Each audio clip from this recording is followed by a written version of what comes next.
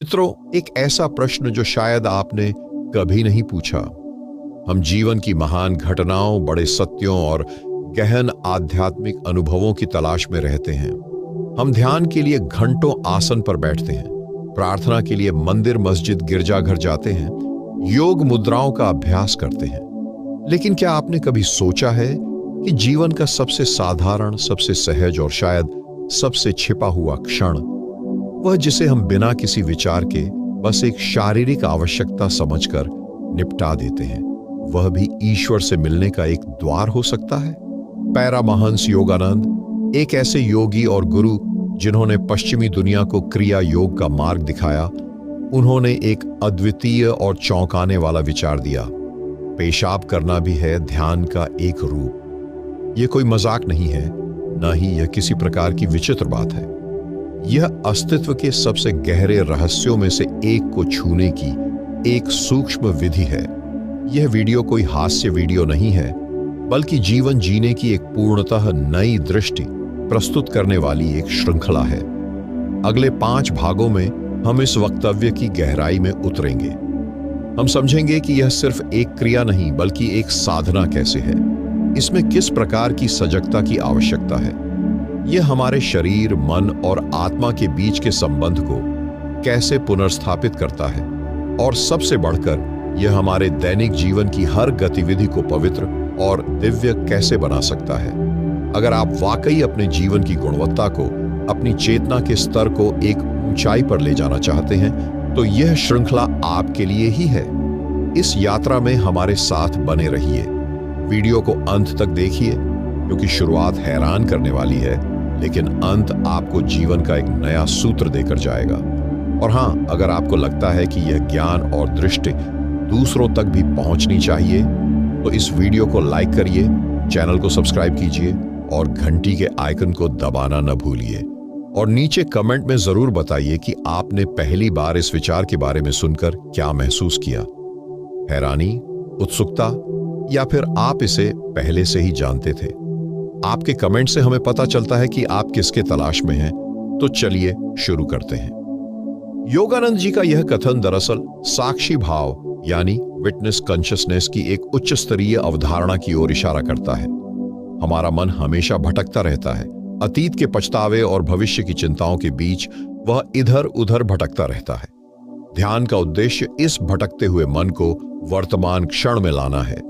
लेकिन सवाल यह है कि हम अपनी दैनिक गतिविधियों में जो हम ऑटो पायलट मोड पर करते हैं, उसमें भी इस सजगता को कैसे लाएं?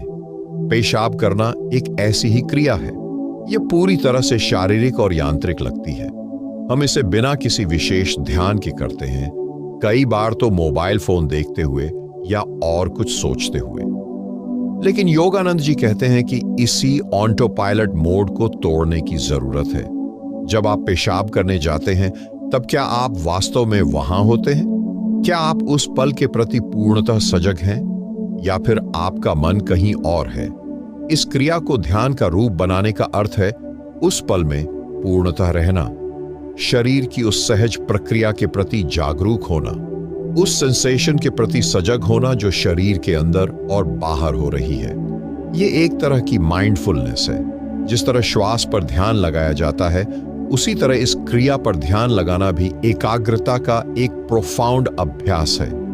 यह आपको यह एहसास दिलाता है कि आप शरीर नहीं, बल्कि शरीर के अंदर बैठा हुआ एक साक्षी है जो इस प्रक्रिया को होते हुए देख रहा है। यह देखने की भावना ही आपको उस सूक्ष्म ऊर्जा से जोड़ती है जो पूरे ब्रह्मांड में व्याप्त है। यह साधारण सी क्रिया जब पूरी सजगता से की जाए, तो वह आपके भीतर की दिव्य चेतना से जुड़ने का एक माध्यम बन जाती है। यह भौतिक शरीर और आध्यात्मिक चेतना के बीच की खाई को पाटती है। यह दिखाती है कि ईश्वर सिर्फ मंदिरों में नहीं, बल्कि हमारे शरीर की हर कोशिका में, हर सहज प्रक्रिया में विद्यमान है। तो अगली बार जब आप यह क्रिया करें, तो कोशिश करिए खुद को पूरी तरह से उस पल में लाने की। अपने विचारों को रोकिए नहीं, बस उन्हें देखिए और फिर अपना ध्यान शरीर की उस सहज अनुभूति पर ले जाइए। यही पहला कदम है एक साधारण क्रिया को एक असाधारण साधना में बदलने की दिशा में।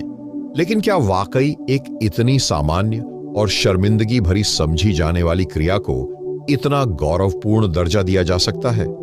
यह सवाल स्वाभाविक है। हमारे समाज और संस्कृति ने इस शारीरिक क्रिया के इर्द गिर्द एक कोमल सी पाबंदी बना रखी है।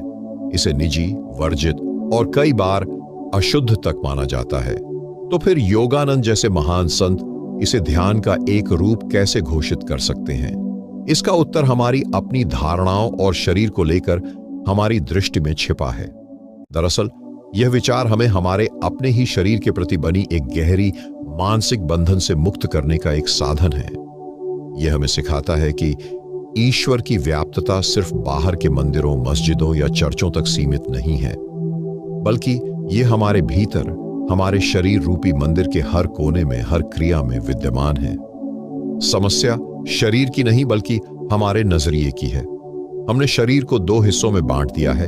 एक पवित्र हिस्सा जैसे सिर, जहां आज्ञा चक्र है, हृदय जहां अनाहत चक्र है, और दूसरा अपवित्र या नीचा हिस्सा जहां से मल मूत्र का विसर्जन होता है।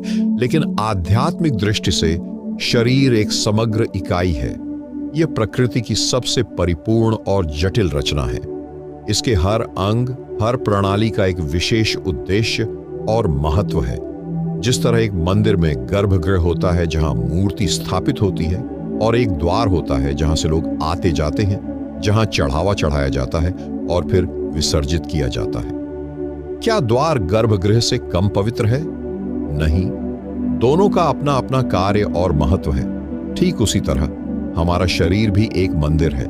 मस्तिष्क और हृदय गर्भगृह की तरह है जहां चेतना का निवास है, और निष्कासन की प्रक्रियाएं उस द्वार की तरह हैं जो इस मंदिर की शुद्धि और सफाई का काम करती है। अगर यह द्वार बंद हो जाए तो पूरा मंदिर अस्त व्यस्त और दूषित हो जाएगा। तो फिर जो प्रक्रिया इस मंदिर की शुद्धि और स्वच्छता के लिए इतनी महत्वपूर्ण है, उसे अपवित्र और नीचा कैसे माना जा सकता है? योगानंद जी का विचार इसी छद्म भेद को मिटाने की बात करता है। वे हमें सिखाते हैं कि इस क्रिया के प्रति सजग होकर हम इसके प्रति कृतज्ञता का भाव विकसित करें। यह शरीर हमें मिला एक उपहार है जो बिना रुके, बिना थके हमारे लिए काम करता रहता है। इसकी हर प्रणाली, हर कोशिका एक चमत्कार है। पेशाब की प्रक्रिया शरीर की एक अमेजिंग फिल्ट्रेशन सिस्टम का अंतिम चरण है। हमारे गुर्दे, किडनीज पूरे दिन रक्त को शुद्ध करते रहते हैं, विषैले पदार्थों को अलग करते हैं और उन्हें पानी में घोलकर शरीर से बाहर निकालने का रास्ता बनाते हैं। ये एक अद्भुत, स्वचालित और निरंतर चलने वाली डिटॉक्सिफिकेशन प्रक्रिया है। जब आप इस क्रिया के प्रति सजग होते हैं तो आप वास्तव में इस अद्भुत शारीरिक प्रणाली के काम करने के तरीके के प्रति कृतज्ञता महसूस करना शुरू करते हैं। आप एक गहरी एप्रिसिएशन विकसित करते हैं उस ईश्वरीय इंजीनियरिंग के प्रति जिसने इस शरीर रूपी मशीन को बनाया है। यह कृतज्ञता का भाव ही भक्ति का सबसे शुद्ध रूप है, और जब भक्ति आती है तो वह हर क्रिया को पवित्र बना देती है। इसलिए अगली बार जब आप इस स्थिति में हो तो इसे एक मैकेनिकल ड्यूटी के रूप में नहीं बल्कि एक पूजा के रूप में देखें। अपने शरीर के इस अद्भुत कार्य के प्रति धन्यवाद दें। इस बात का एहसास करें कि आपका शरीर कितना बुद्धिमान है जो स्वयं ही अपनी शुद्धि का ख्याल रखता है। यह एहसास ही आपको वर्तमान क्षण में ले आएगा। यही साक्षी भाव है।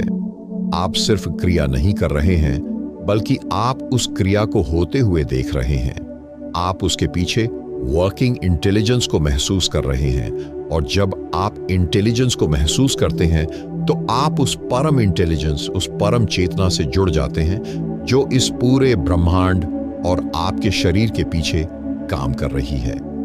इस तरह एक साधारण सी लगने वाली क्रिया आपको अस्तित्व के सबसे गहरे रहस्यों से परिचित करा देती है।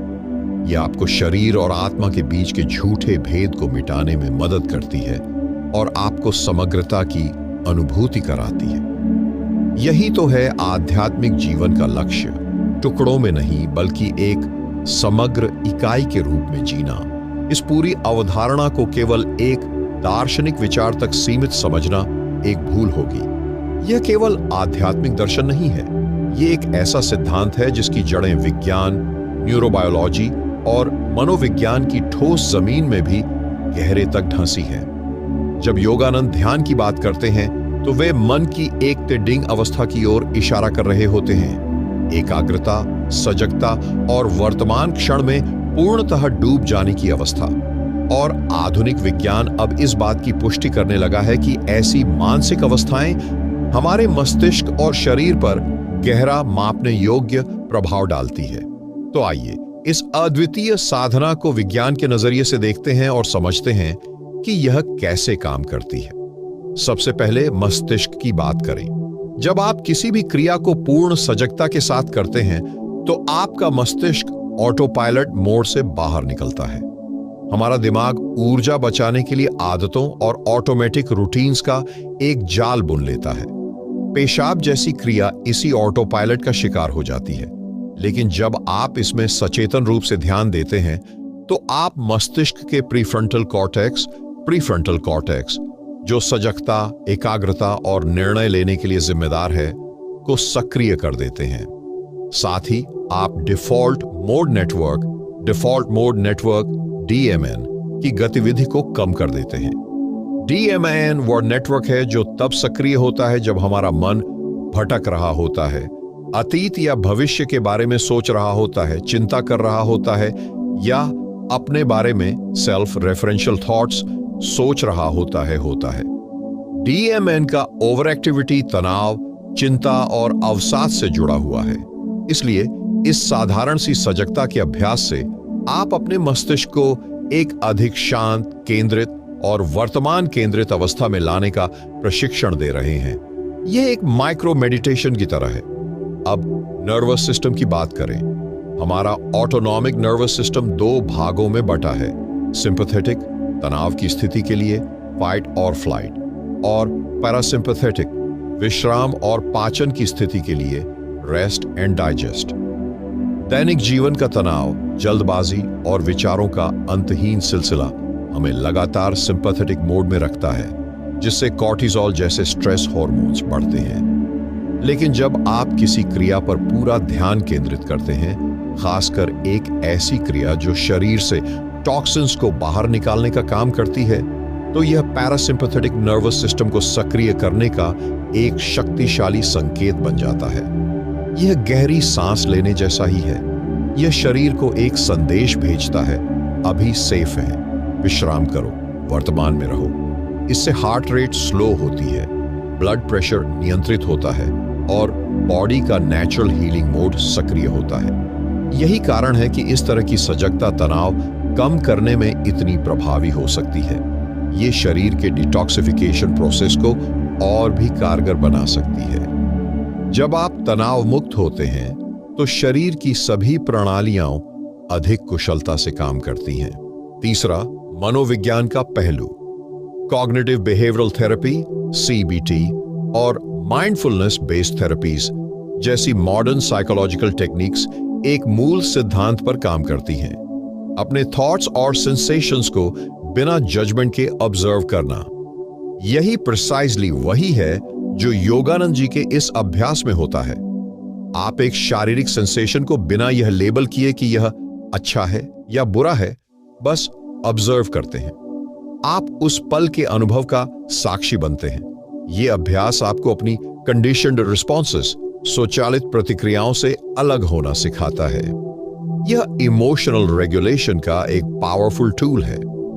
जब आप किसी अनकंफर्टेबल सेंसेशन या इमोशन को बिना प्रतिक्रिया दिए ऑब्जर्व करना सीख जाते हैं, तो आप जीवन की लार्जर चैलेंजेस के प्रति भी अधिक संतुलित और सेंटर्ड रहने लगते हैं। आप रिएक्शन के बजाय रिस्पॉन्स चुनने की क्षमता विकसित कर लेते हैं। इस प्रकार यह साधारण सा अभ्यास मस्तिष्क के कार्यों, नर्वस सिस्टम की स्थिति और मनोवैज्ञानिक स्वास्थ्य को गहराई से प्रभावित करने की क्षमता रखता है।